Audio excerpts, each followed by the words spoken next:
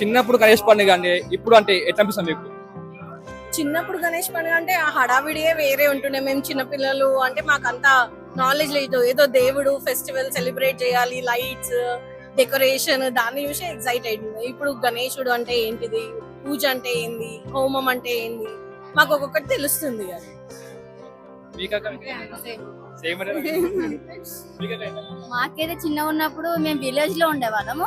అందరం చిన్నపిల్లలు కలిసి చిన్నగా పందిరి వేసుకొని అందులో వినాయకుడు పెట్టుకొని పూజలు చేసి భజన చేసుకొని రాత్రి ఇది ఒకటి అంటే వెల్కమ్ చేయడము, ఇట్లా గ్రాండ్ గా మన సెండ్ ఆఫ్ చేయడం మనం తెలియదు. మాకు ఇట్లా చిన్నగా చేసుకోవడం అంటే ఇప్పుడు చాలా నాలెడ్జ్ ఉంది, చాలా గెయిన్ అయినా. కానీ అప్పటి రోజు చాలా బాగుండేది నేను అనుకుంటున్నాను. గణేశుడు ప్రసాదాలు తినడానికి దొరుకుతాయి, వెరైటీ వెరైటీ, అదే ఉంటుండే ఎక్సైట్మెంట్.